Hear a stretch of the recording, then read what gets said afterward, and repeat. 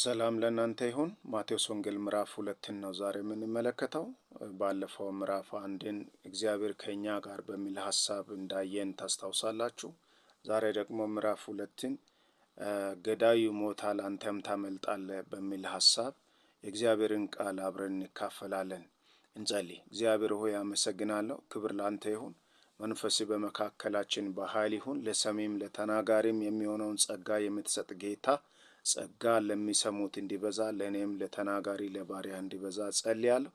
ክብር ሁሉ ላንተ ይሁን በጌታ በኢየሱስ ስም አሜን። እሺ፣ በማቴዎስ ወንጌል ምዕራፍ 2 ላይ በሚናገረው ክፍል ላይ ሲናገር መጽሐፍ ቅዱስ በቁጥር 1 ምን ብሎ ይጀምራል? በንጉሡ በሄሮድስ ዘመን ኢየሱስ በቤተልሔም ይሁዳ ከተወለደ በኋላ ጠቢባን ከምስራቅ ወደ ኢየሩሳሌም መጥተው የተወለደው የአይሁድ ንጉሥ ወዴት ነው?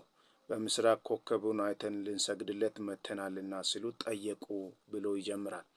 ምን ይላል? በንጉሡ በሄሮድስ ዘመን ኢየሱስ ከተወለደ በኋላ ይላል። በይሁዳ ቤተልሔም ኢየሱስ ተወለደ ብሎ ነው የሚጀምረው።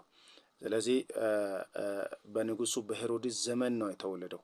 ሄሮድስን ወደ ታች እንደምንመለከተው ሄሮድስ ኢየሱስን ሊገል የሚፈልግ የኢየሱስን መወለድ ያልናፈቀ ያልፈለገ ኢየሱስን ሊገል የሚፈልግ የኢየሱስ መወለድ ድንጋጤ የፈጠረበት ሰው ነው። ነገር ግን ኢየሱስ ተወለደ ይላል።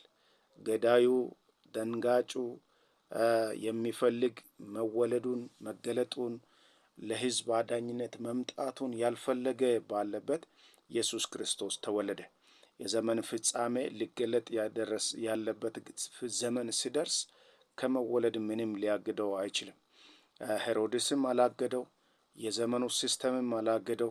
ኢየሱስ የዘመን ፍጻሜ በደረሰ ጊዜ ሊወለድ ጊዜ በደረሰ ጊዜ ኢየሱስ ተወለደ ይላል።